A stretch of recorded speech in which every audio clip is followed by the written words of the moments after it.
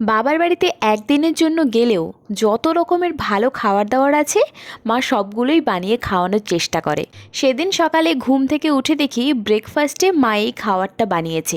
এর নাম আমি জানি না, কিন্তু এত সুন্দর খেতে। দাঁড়াও, মাকে একদিন বলবো তোমাদের সাথে এই রেসিপিটা শেয়ার করার জন্য।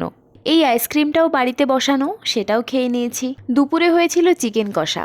চিকেন কষা আর কাঁচা পেঁয়াজ দিয়ে ভাত মেখে খেতে আমার যে কি ভালো লাগে। চিকেনের সাথে কাঁচা পেঁয়াজ আমার লাগবেই লাগবে। তোমরা কারা আমার মতো কাঁচা পেঁয়াজ খেতে ভালোবাসো সেটা একটু কমেন্ট করে জানিও তো। বাড়িতে এখন রোজই টক দই বসানো হয়। আমি আবার মিষ্টি দই খেতে পছন্দ করি না, টক দইটাই আমি ভালো খাই। দুপুরে চিকেন হওয়া মানে সেটা রাত্রে থাকবেই।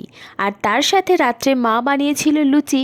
এই লুচি দিয়ে চিকেন খেতে দারুণ লাগে, কিন্তু খুব একটা বেশি খাওয়া যায় না। তাই সবশেষে মুড়ি দিয়ে চিকেন, যেটা দারুণ একটা কম্বিনেশন, সেটাই খাওয়া হলো।